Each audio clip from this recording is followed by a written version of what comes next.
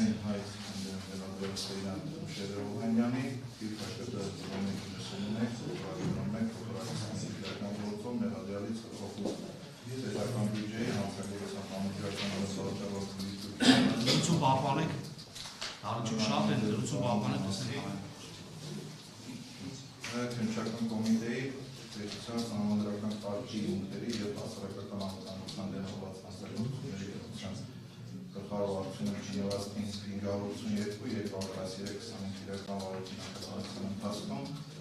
ըստ դատախազի կողմից 2025 հուլիսի 8-ի որոշում է կայացրել Սեյրանյանյան ներկայացման հանրային իրական հետապնդում հարուցել 2003 թվականի ապրիլի 18-ին ընդունված հայ իրական հանրազրկի 307 մասով 311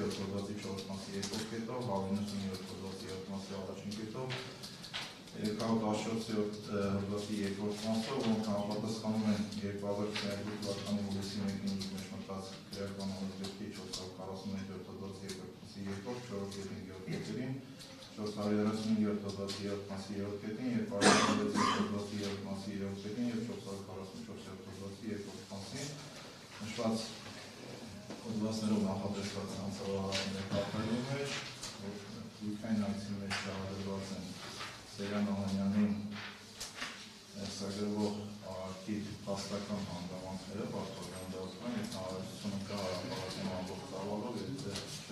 հրապարակի փաստական հանգամանքները ինչպես մի հրապարակի